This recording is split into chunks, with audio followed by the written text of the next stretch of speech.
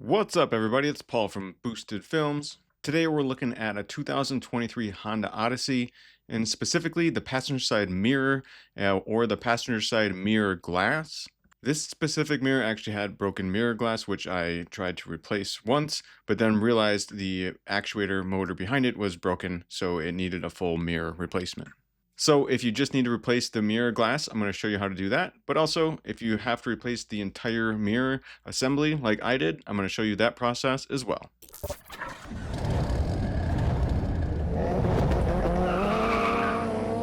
Let's start with some tools and kind of parts that you might need if you're jumping into this.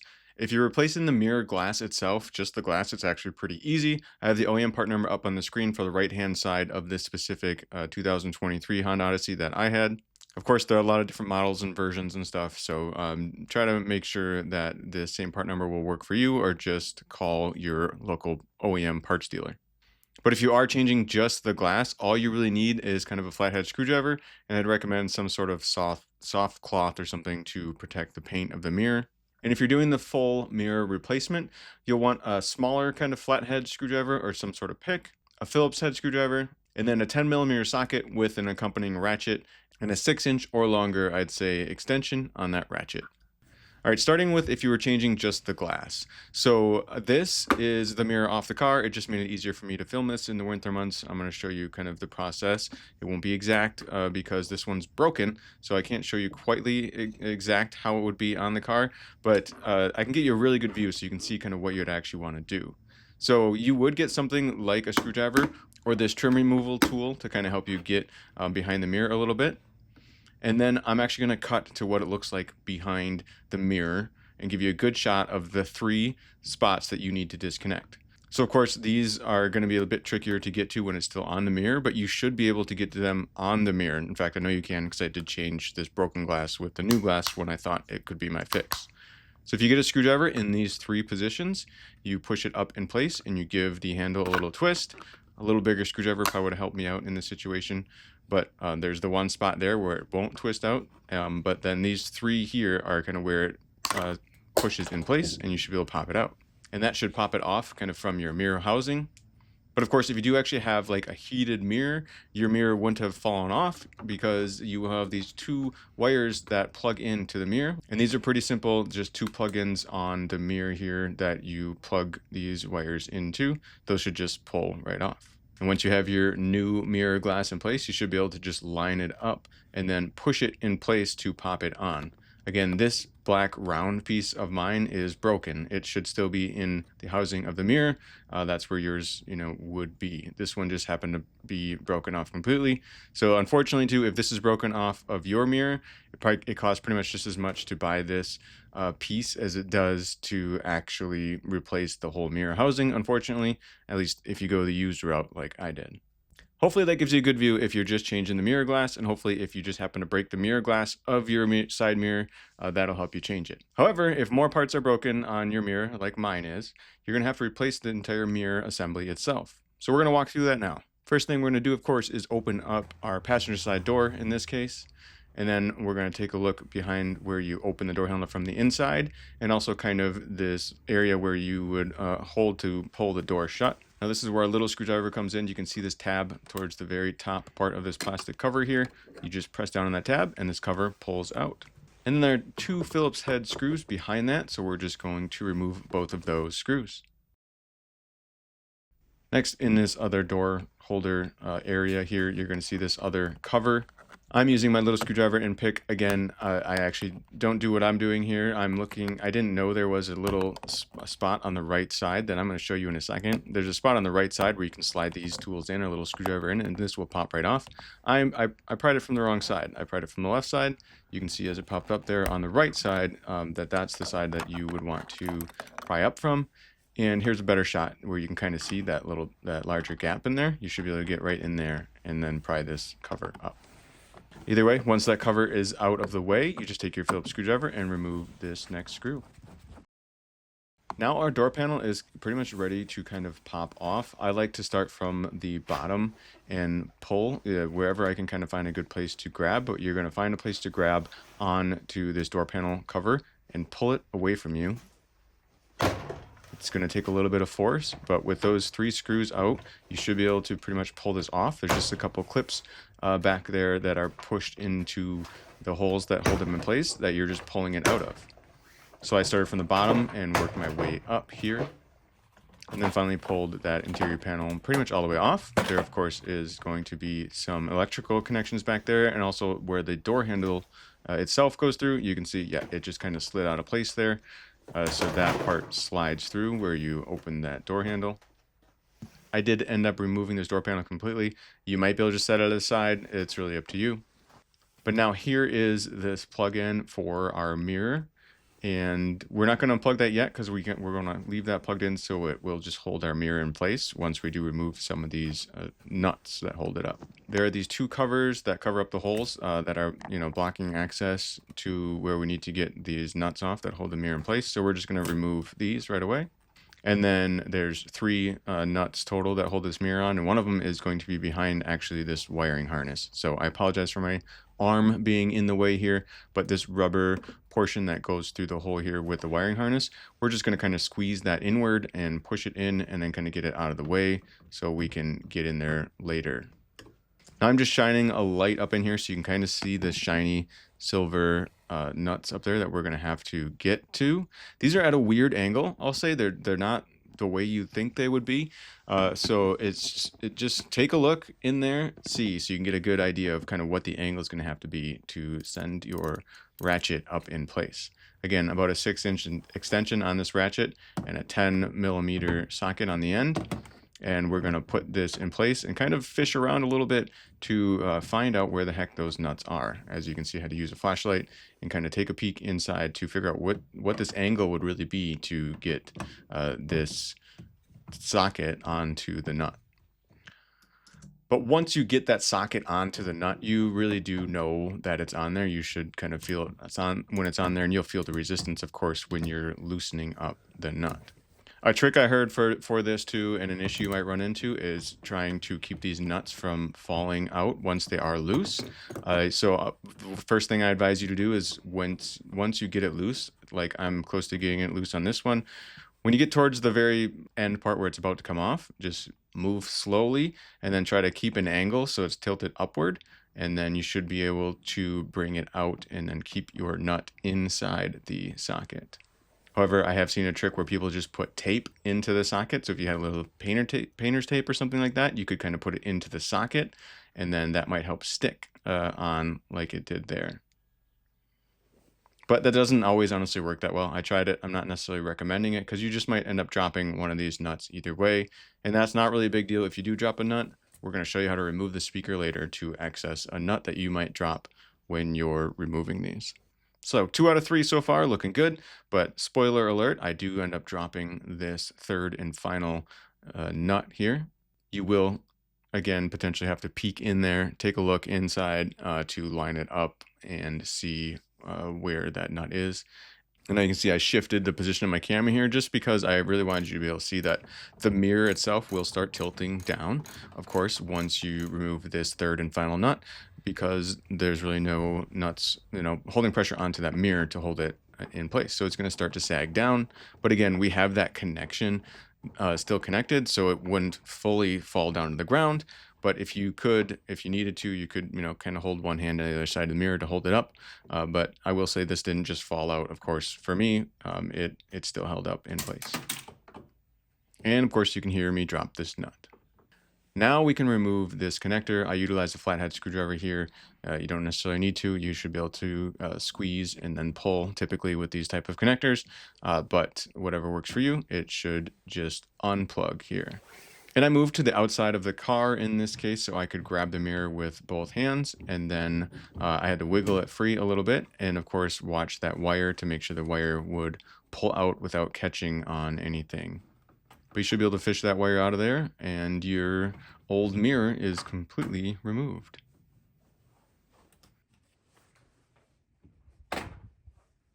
Close-up shot here of where the mirror connects to the door. Note that there is a gasket on there. Make sure you don't double up those gaskets if you are changing it out to a different one, and make sure you do have at least one gasket on there. So here we go. Hard to tell that I switched mirrors, but now I do have the mirror that didn't have the broken mirror actuator So this one actually holds the mirror glass in place and doesn't fall out like the old one did. So we're going to feed that. We're going to set it in place. And what I ended up doing is I tried setting it in place and then fishing that wire through for the plug-in. That didn't work very well. So I actually pulled the mirror back out and then held it with one arm, as you can see here, and then tried to fish the wire through with the other hand. It just kind of made it a little easier if I kind of actually looked and kind of just pointed it and pushed it through. The wire was stiff enough to kind of just hold it and pop it through the hole, as you can see I did there. So that's what worked best for me. You might be able to find a different way to fish that wire through if you just pushed everything in, but again, that's what worked well for me in this case. Now, I'm just going to plug this in right away, just because that way I know it's not going to fall. If it did happen to fall out of place, which it really shouldn't, but if it did fall out of place, it wouldn't fall completely to the ground. Now we shall retrieve the nut that we lost, and it's pretty easy. There's a speaker at the bottom of the door here that has a Phillips screwdriver. It's probably got, I don't know, an 8mm head as well if you didn't have a Phillips. But we're going to remove that one bolt at the top of the speaker. And then we're going to get a screwdriver in towards the top of the speaker just to pry it loose. It's a little bit sticky and stuck towards the top. But if you put a screwdriver at the top and then twist it, there you can see it pop free. But now you have to bring it towards you and then bring it up to actually fully remove that speaker, because there are some hooks at the bottom that kind of slide down and to hold it in place.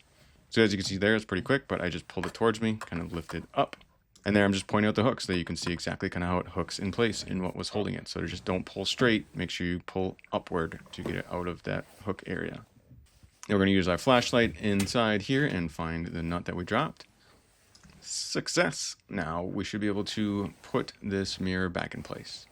But before we do that, of course, we can remount our speaker. We're going to line up those slots that slide in place, push it down, and then tip it in place.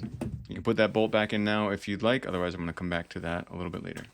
So now we got to get these 3 nuts back on. Of course, I'm going to put it into my socket here. Always leave it kind of tipped up.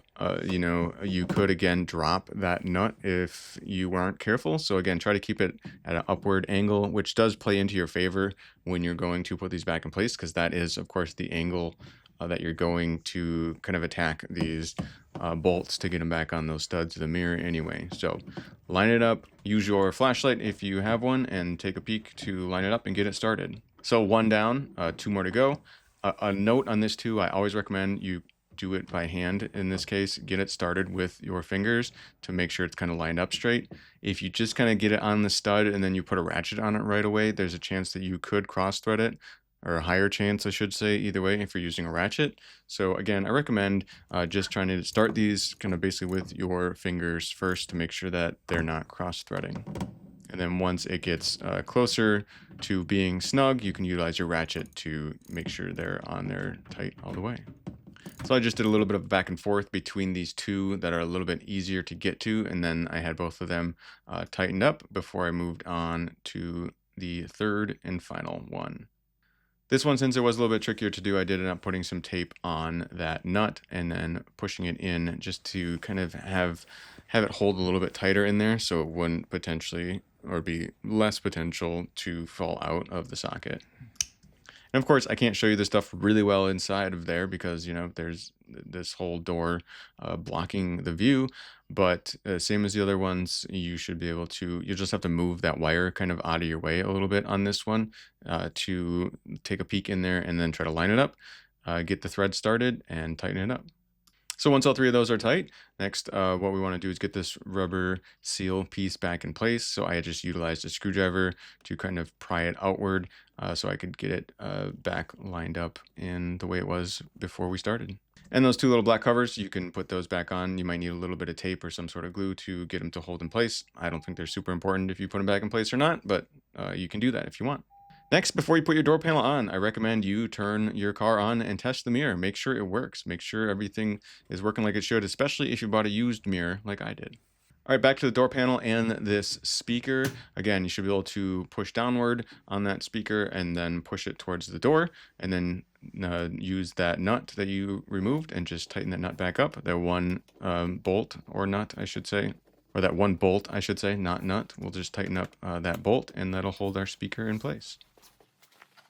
Next, we're bringing our door panel back in place, and I apologize, I didn't show this when I removed it, but there is a plug-in here when I got this door panel out of the way completely, but you can at least see it here, this one plug-in that I'll plug back in place here and snap that in before we push this door panel on.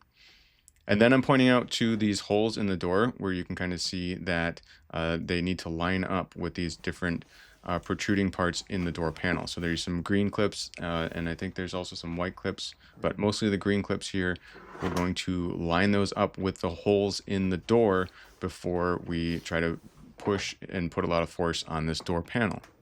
It shouldn't take a whole lot to figure out what way this lines up. You should be able to eyeball it and then get it close, and then you should see a hole nearby that you would need to push those green clips into.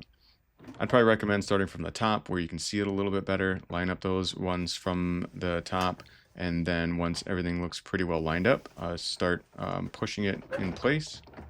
I almost glanced over it as well, but the door handle too, you'll want to make sure you slide that door handle through this interior door panel, of course, to slide that back through where it comes through that panel before you try to push this panel on.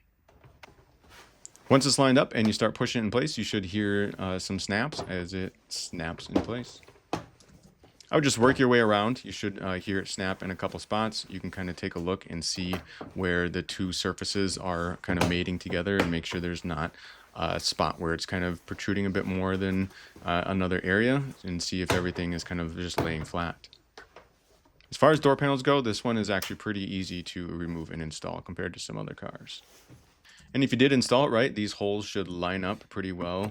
Again, for these bolts we removed earlier. So this first bolt here, we're going to make sure that's lined up and screw that in place, tighten it up, and then put our cover back in place.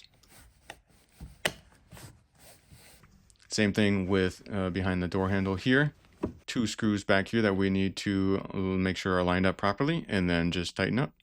And when it comes to this cover, you can see that there's 2 protruding points at the bottom. You want to make sure you get them into the hole here that you can see, the 2 holes.